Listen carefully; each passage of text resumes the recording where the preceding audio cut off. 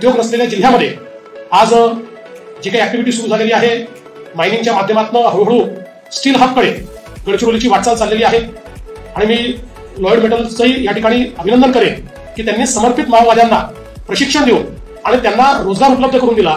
त्यामुळे त्यांच्यामध्येही हा कॉन्फिडन्स वाढला आणि इतरांनाही लक्षात आलं की एकीकडे महाराष्ट्र शासनाची समर्पणाची, आत्मसमर्पणाची अतिशय उत्तम पॉलिसी आहे.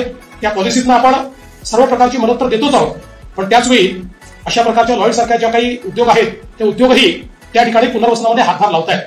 खूप समाधान आहे की समर्पित जे माओवादी आहेत अशा जोडप्यांचं 13 जोडप्यांचं आज लग्न या ठिकाणी झालेलं आहे. आपलं नवीन जीवन सुरू करतायत, ही खूप महत्त्वाची गोष्ट आहे आणि त्यांचं वैवाहिक जीवन एक सुख समाधानाचं, आरोग्य ऐश्वर्याचं जावं अशी मी प्रार्थना करतो.